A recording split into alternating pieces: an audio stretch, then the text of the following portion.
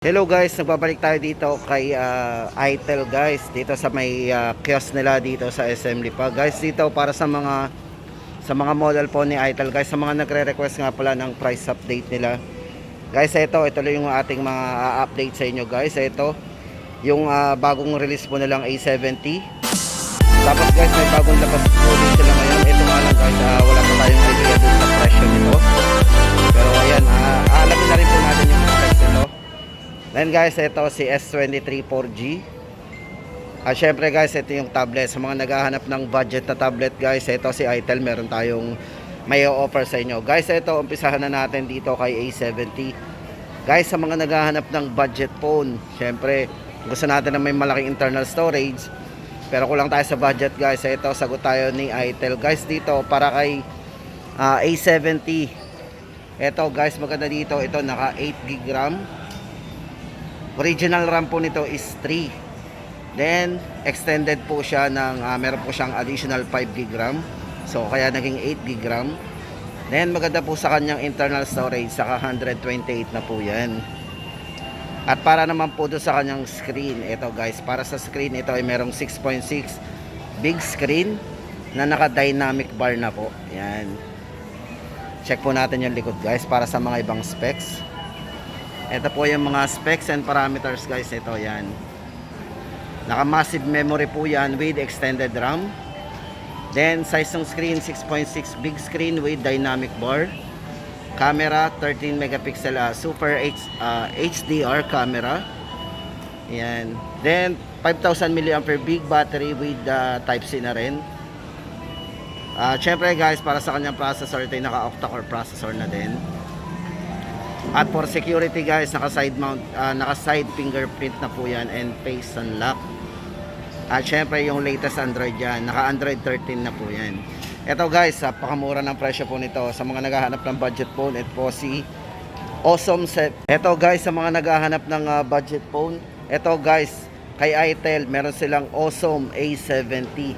Pero guys, ang presyo nito napaka affordable kasi ang presyo po nito is 3,499 lang. Grabe. Tama-tama guys tong pangregalo ngayong Kapaskuhan. So ngayon guys is December 9, 2023. Meron pa po tayong konting panahon para makapag-ipon na napakababa na po ng price nito. Pangregalo. Yan. Tama-tama po sa mga ito po yung entry level nila ngayon. At syempre guys, ito meron silang bagong re-release. Ito guys, abangan po natin to. Itong CP55 5G guys, naka 5G na to.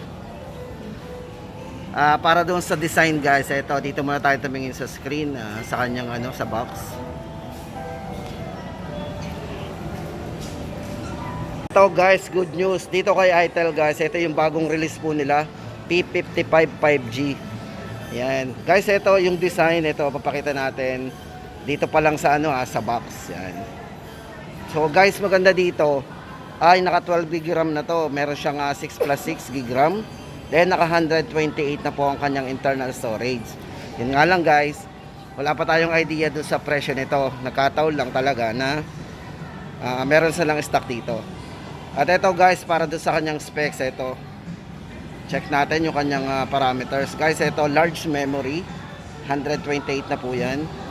Then yung kanyang pong chipset guys, ito naka D6 6086 nanometer 5G Express processor po yan. Sobrang bilis na yan. Then naka 18 watts fast charge na rin. 50 megapixel naman po pagdating sa camera with artificial intelligence primary camera. Then naka 90 Hz na po yung kanyang refresh rate. Then yung size po ng screen to very handy kasi naka 6.6 display na rin. Yun nga lang guys, sa ngayon ito pa lang yung may bibigay nating info sa inyo. Ito po, aabangan po natin ang price nito. Pero syempre guys, expected natin na affordable talaga to. Syempre, kilala natin si Itel pagdating sa mga affordable phones. Yan.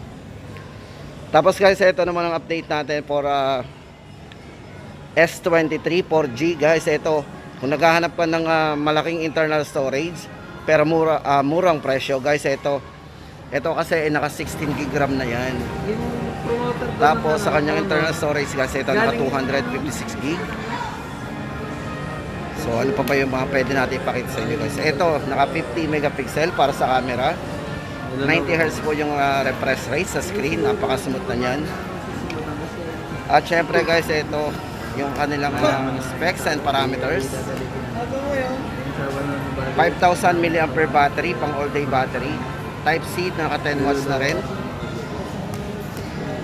Yan. Guys, ito para sa price nito guys, magugulat kayo. Kasi ang price nito, 256 gig. 5,499 lang. Napakamura guys. Sobrang mumura. Syempre ito, abangan natin to kasi 5G. Siguradong mura lang din ang magiging presyo nito. Yan. Hindi lang yan guys, sa mga naghahanap ng tablet, ito, meron din sila nito.